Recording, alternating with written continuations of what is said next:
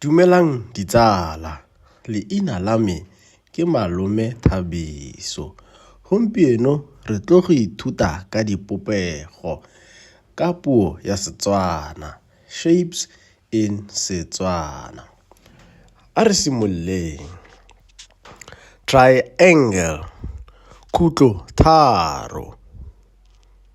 Circle, sediko. Square, sekwere. Heart, pelo. Rectangle, khutlo nne. Star, naledi. Ga re di boeletseng gape bana ba ka. Triangle, khutlo tharo. Circle, sediko. Square, sekwere. Heart, pelo. Rectangle, khutlo nne.